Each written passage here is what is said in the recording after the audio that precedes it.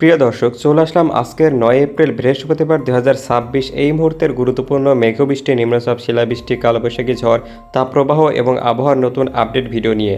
আবহাওয়া অধিদপ্তর থেকে এইমাত্র জানা গেল আজ থেকে আবহাওয়ার বিরাট বড় নতুন পরিবর্তন আসতে চলছে। আজ এবং আগামী 24 থেকে 48 ঘন্টায় আগামী 7 দিন ভারতের পশ্চিমবঙ্গের কোন কোন জেলার আবহাওয়ার পরিস্থিতি কেমন থাকতে পারে এই বিষয়ে কী বলছে আজকের আবহাওয়া রিপোর্ট, তা বিস্তারিত জানিয়ে দেবো এই ভিডিওটিতে। তো প্রিয় দর্শক, আপনি কোন জেলা থেকে আবহাওয়ার খবরটি দেখছেন এবং আপনার জেলার আবহাওয়ার পরিস্থিতি কেমন তা কমেন্ট করে জানিয়ে দিন। আর প্রতিদিনের আবহাওয়ার আপডেট খবর সবার আগে পেতে ভিডিওটিতে একটি লাইক দিয়ে চ্যানেলটি সাবস্ক্রাইব করে পাশে থাকা বেল আইকনটি অন করে দিন। প্রিয় দর্শক, চলে আসলাম বর্জ্যবৃষ্টির আবহাওয়ার ম্যাপ চিত্রে। এখান থেকে দেখতে পাচ্ছি 9 এপ্রিল বৃহস্পতিবার সকালের নাগাদ কলকাতায় পশ্চিমবঙ্গের বেশ কিছু জেলা আকাশ মেঘলা থাকবে। এদিকে কলকাতা, উলুবেড়িয়া, রাজপুর, সোনারপুর, কোলাঘাট এসব অঞ্চলে আকাশ হালকা মেঘলা থাকবে এবং কোথাও কোথাও বজ্রসহ বৃষ্টি হওয়ার সম্ভাবনা রয়েছে। প্রিয় দর্শক, এরপরে হলদিয়া, জলেশ্বর, কোলাঘাট, খড়গপুর এসব অঞ্চলেও হালকা আকাশ মেঘলা থাকবে এবং হালকা থেকে মাঝারি বৃষ্টিপাতের সম্ভাবনা রয়েছে এবং এই বৃষ্টিপাতের পরিমাপ 1 থেকে 1.5 মিলিমিটার পর্যন্ত। প্রিয় দর্শক, এবার আমরা দেখব এরপরে দুর্গাপুর অঞ্চলগুলোতে। দুর্গাপুর, বলপুর, আসানসোল, কুন্ডাহিত, মাল্লারপুর, ধানবাদ এসব অঞ্চলে আকাশে মেঘলা থাকবে, বৃষ্টি হওয়ার সম্ভাবনা রয়েছে। প্রিয় দর্শক, এরপরে যদি আমরা দেখি যে পশ্চিমবঙ্গের বেশ কিছু অঞ্চল জেলাগুলোতে কোথাও বৃষ্টি হওয়ার সম্ভাবনা থাকবে না এই মুহূর্তে। প্রিয় দর্শক, এবার আমরা দেখে নেব যে বৃহস্পতিবার 9 এপ্রিল সন্ধ্যার দিকের আবহাওয়ার পরিস্থিতি। এখান থেকে আমরা দেখতে পাবো যে কলকাতার বারিপাদা, ভুবনেশ্বর এসব অঞ্চলগুলোতে বৃষ্টিপাতের বেশ সম্ভাবনা রয়েছে এবং বৃষ্টিপাতের পরিমাপ 7 থেকে 10 মিলিমিটার পর্যন্ত হতে পারে। পশ্চিমবঙ্গের আকাশগুলোতে বেয়ে যাবে ঝড়ো হাওয়া। প্রিয় দর্শক, এবার আমরা চলে যাব শুক্রবার 10 এপ্রিল সকালের দিকে আবহাওয়ার পরিস্থিতি সম্পর্কে।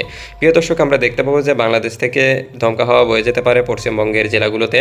এদিকে কলকাতা, পিরোজপুর, বারিপাদা, ধানবাদ, রাজশাহী, সম্বলপুর, ভুবনেশ্বর, রায়পুর, জগদলপুর এসব অঞ্চলের আকাশ থাকবে একদম পরিষ্কার, কোথাও কোনো মেঘের আশঙ্কা নেই। প্রিয় দর্শক, এই সময়ে পশ্চিমবঙ্গের আকাশটা থাকবে বেশ পরিষ্কার এবং কোথাও কোনো মেঘের সম্ভাবনা দেখতে পাচ্ছি না। প্রিয় দর্শক, এরপর আমরা শুক্রবার 10 এপ্রিল বিকাল বা সন্ধ্যার দিকের আবহাওয়ার পরিস্থিতি সম্পর্কে দেখে নেব। প্রিয় দর্শক, এখানে দেখতে পাচ্ছেন যে পশ্চিমবঙ্গের কলকাতা সহ এই মুহূর্তের আকাশ থাকবে একদম পরিষ্কার, কোথাও কোনো বৃষ্টিপাতের সম্ভাবনা দেখা যাচ্ছে না।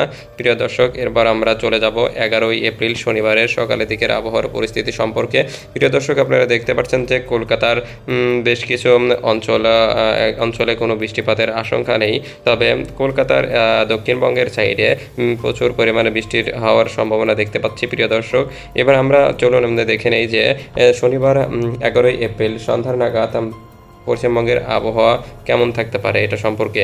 এই সময় আকাশটা বেশ পরিষ্কার থাকবে, কোথাও কোনো মেঘের আশঙ্কা নেই। প্রিয় দর্শক, এবার আমরা চলে যাব 12 এপ্রিল রবিবার সকালের দিকের আবহাওয়া চিত্রে। প্রিয় দর্শক, এখান থেকে দেখতে পাচ্ছি যে রবিবার সকালের দিকের আবহাওয়া থাকবে একদম পরিষ্কার।